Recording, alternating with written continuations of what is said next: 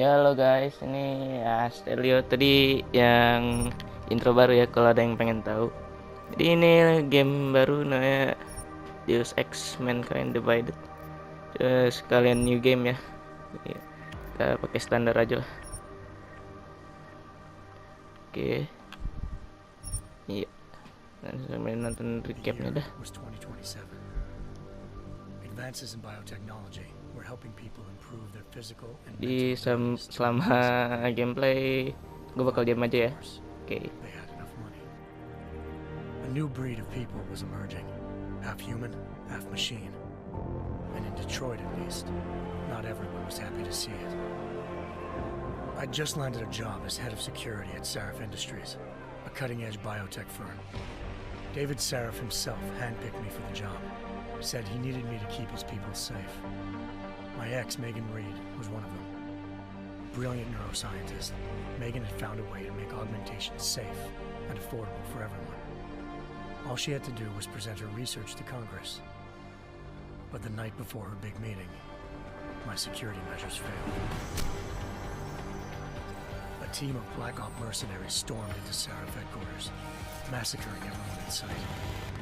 3 of the mercs were heavily augmented walking tanks. Their mission? Take out Megan and her team. Tried to stop them, but their leader tossed me through a plate glass wall. Last thing I heard as his bullets slammed into my brain was Megan's dying scream. I should have died with her. Only I didn't. High-end military-grade enhancements saved my life. The best augmentation Sarif's money could buy. Took me half a year to get a feel for her. Should have taken longer. But 6 months into my recovery, Sarif Industries was attacked again. This time, by a radical group of pro-human purists. Violent, militant, and fanatically opposed to human augmentation. They claimed to be members of Humanity Front, a non-profit organization that wanted the UN to limit biotechnology research. The thugs broke into Sarif's factory and found machinists working overtime on a top-secret military augment called the Typhoon. Sarif sent me to retrieve it, and when I did, I found one of the so-called purists next to it, wired with cerebral implants, trying to download its classified specs. Obviously, something more was going on. The AUG killed himself before I could question him. Sarif ordered me to dig deeper, so with the help of Frank Pritchard, Sarif's head of cybersecurity, I did. Turns out a second hacker had been controlling the AUG's actions from somewhere off-site. Pritchard and I tracked his signal to a secret FEMA internment camp in Detroit. The Black Op mercenaries were there. The same mercs who'd left me for dead 6 months before. Figured they'd try again when they saw me. Wasn't so easy for them this time. I took out the tank named Barrett. Even got him to give me a new lead. A penthouse apartment in China. Of course, we both knew it would be a trap in the end.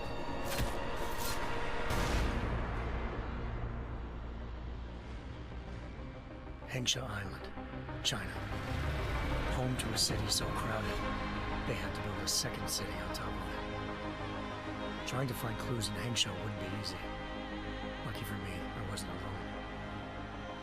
Farida Malik, Sarif Industries' ace pilot, had lived in Hengsha before.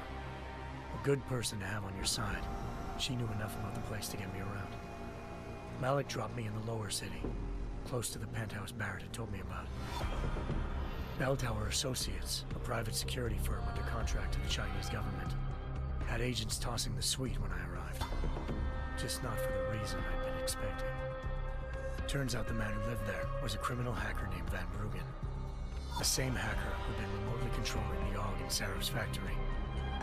Van Bruggen's panicked decision to force the man to commit suicide had been a mistake. Now his mercenary partners were gunning for him, and I needed to find him before they did. Locating Van Bruggen meant playing nice with the Triads, Hengsha's organized crime lords. They had the hacker holed up inside a low-rent capsule hotel. By the time I found him, Van Bruggen had no qualms giving up the woman who hired him. Zhao Yunru. president of the Taiyang Medical Corporation. According to Van Bruggen, Zhao wanted to monopolize the augmentation industry and had hired Black Op mercenaries to destabilize her competition. Seraph Industries was at the top of her list. To prove this, I needed to get inside TYM and grab a surveillance hologram off a server.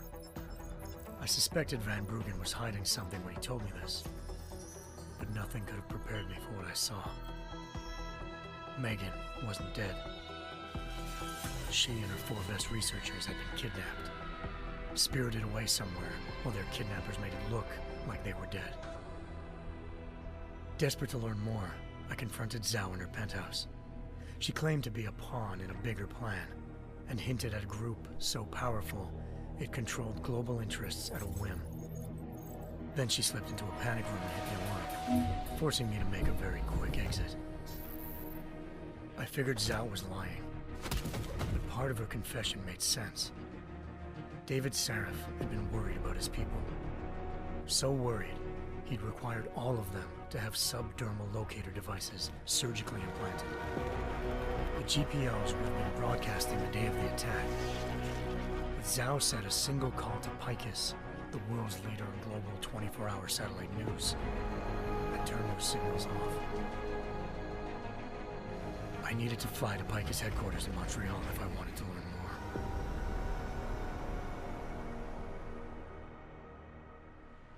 Eliza Cassan, Picus Communications' First Lady of News.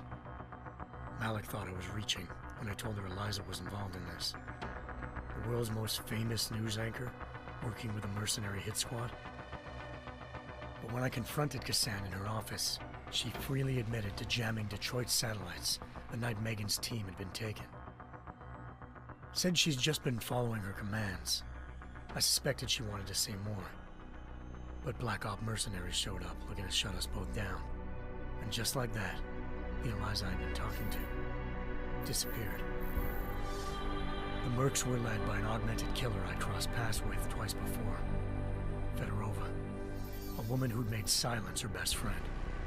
She waited for me to track Eliza's transmission to a secret server room underneath the Picus complex, then jumped me from behind. A deadly fight ensued. I made sure she never moved silently again. With Fedorova down and no one left to keep Eliza quiet, she reappeared. Turns out Picus's First Lady of News wasn't a lady at all. She was a sophisticated AI program, engineered to monitor data streams and control what people believed. Eliza told me the Mercs had brought in a Humanity Front doctor named Isaiah Sandoval to remove the scientist's implanted tracking devices while Detroit's satellites were down. She also told me to speak to David Seraph if I wanted to learn more. By the time Malik and I got back to Detroit, tensions between normal and augmented citizens had reached a flashpoint. Riots were breaking out in several cities, and the UN was being urged to intervene. Seraph was trying hard to convince Hugh Darrow, the inventor turned philanthropist who'd once been a leading proponent of enhancement technologies, to help stop a possible regulatory vote. Seraph had a lot riding on Darrow.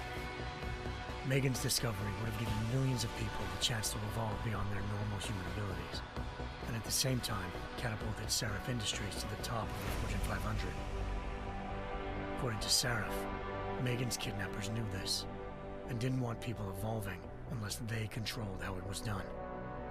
He called his enemies Illuminati, and urged me to keep searching.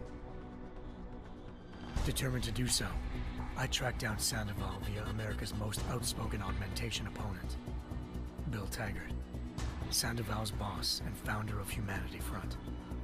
Sandoval admitted to operating on Megan's team when I confronted him, but said he hadn't removed their GPLs. He'd merely switched them to a different frequency. Pritchard was able to trace one of the signals to China. Malik and I immediately took off in pursuit. Unfortunately, the Illuminati were one step ahead.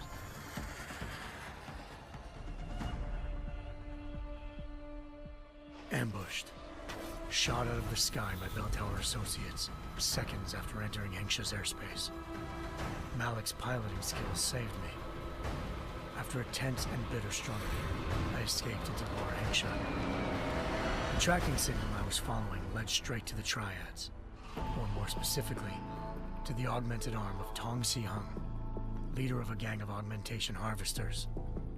Tong said they'd taken the arm off a corpse, which Bell Tower had left at their door, meaning at least one of Seraph's scientists was dead.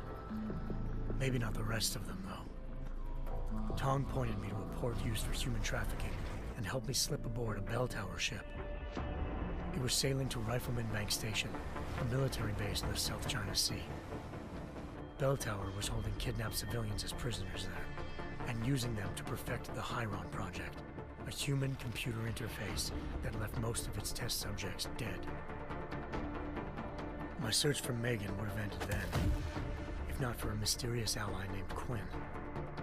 In exchange for my help exposing Bell Tower, he slipped me aboard a second ship headed to Singapore, and an Illuminati-run biotech facility called Omega Ranch. 3 of Seraph's scientists were there, forced by their captors to create a technology capable of remotely shutting down augmented abilities. Thanks to an emergency recall notice issued by the World Health Organization, millions of people all over the world already had the biochip installed. With the help of the scientists, I tracked Megan to a private section of the ranch. There, I ran into Yaron Namir, the walking tank who'd put a bullet in my brain the first time we met. He'd teamed up with Zhao and was hoping to catch me off guard. But their little ambush didn't work. I found Megan in a suite belonging to Hugh Darrow, the billionaire philanthropist who'd Seraph had called on for help. Darrow had convinced her to go along with the biochip plan by promising to sabotage the tech. As she was explaining this, Darrow appeared in a global broadcast, telling the world that augmentations would be the death of mankind. Then he activated the biochips to prove his point. All over the world, augmented people flew into a killing frenzy. Darrow had betrayed everyone, and it was up to me to set things right. To do it, I had to reach Panchaea, a massive installation in the Arctic Ocean. As I raced through corridors built by an all-augmented workforce, I saw death and destruction firsthand. By the time I shut down Darrow's broadcast, I knew the damage he'd done. Still, humanity's future remained unclear. How would the world react to this sabotage? Would people ever regain their faith in augmentations again? What would be the Illuminati's next move? Only time could give us the answers.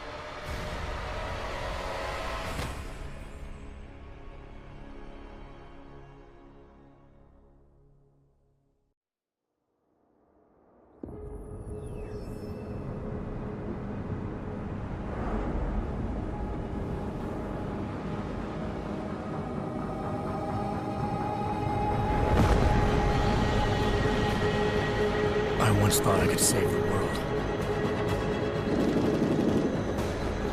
Now look at it.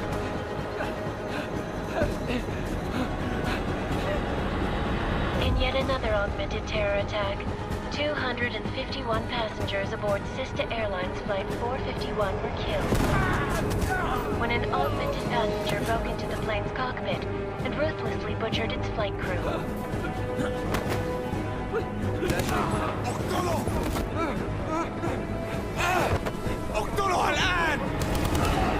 Details recovered from the black box recorder suggest that the man may have been suffering flashbacks to the AUG incident. That horrible day 2 years ago when augmented people all over the world flew into a psychotic killing spree, causing the greatest loss of life in recent history. Sometimes, you just have to let go. And embrace what you've become.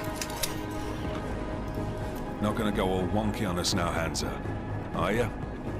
Well, if I do, McCready, I guarantee you'll never see it coming. Agent Jensen! Am I gonna have a problem with you? No, sir. No reason to assume you would. Good, because you are the only augmented operative on this team, and I intend to make good use of you. Listen up, all of you. We got a sandstorm barreling down our ass and we can't afford to make mistakes. We're going after this man, an arms dealer named Shepard. He's ex-Bell Tower, one of the Special Forces commanders who disappeared during the incident. And he's come out of hiding. That cannot be good. It's not. He's selling weapons and military-grade augments to terrorists. This is Iran Singh, the undercover agent who lured Shepard out of his hole. Best you see Interpol's got. For 3 years he's worked hard to get in tight with the Jinn, an Iraqi smuggling cartel that's infected the Eastern Hemisphere like a plague. Last week, our arms dealer sent a message to the Jinn, offering to sell them a shitload of black market merchandise dirt cheap. They told Singh to handle the buy. They're not gonna like it when Interpol disrupts their party. Singh's cover really that good? It is right now. We need to keep it that way. This is where the deal's going down. A half-finished high-rise hotel that's been abandoned ever since the incident. It's not a pretty picture inside. Let me guess. Most of the laborers were augmented with heavy-duty industrial rigs. So when the incident hit, and they all went schizo, things got gruesome real fast. And no one, except for some homeless junkies, have been inside the place ever since. So what's the plan, Director? Singh's meeting Shepard on the ground floor, inside the hotel's main atrium. He sent the bulk of his Jinn crew to the penthouse levels to secure a vantage point. I want McCready's team to take up positions overlooking the atrium and make the arrest. Jensen, you're going in solo from the roof. My objectives? Keep the Jinn from joining the party. As far as we can tell, only one route connects the atrium to the penthouse level, a halfway decent elevator shaft. Here. I want you to block access to it. Fine. Just cut me loose. Do you plan on relying solely on your augments for this one? I'd recommend taking a little hardware, just to be sure.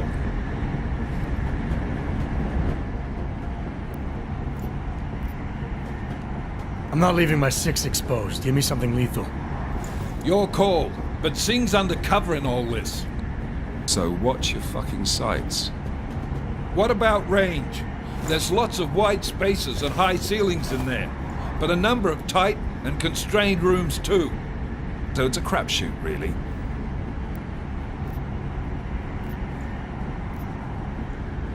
Well, I'm not looking to play dice with anyone in there. Give me something with distance. Your call. Less chance of being seen and compromising Singh that way. One last thing, Jensen. Singh said that Jinn are using some sort of portable Wi-Fi device to boost communications. He's got a better chance of maintaining cover if you disable it. I'll keep an eye out for it. But aren't we on the clock here? You said there's a sandstorm moving in.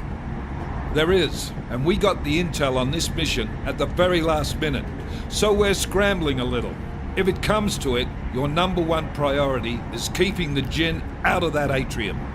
Copy that. Time to put away your heavy thoughts, gentlemen. We're approaching the target building. You're up first, Jensen. Let's do this.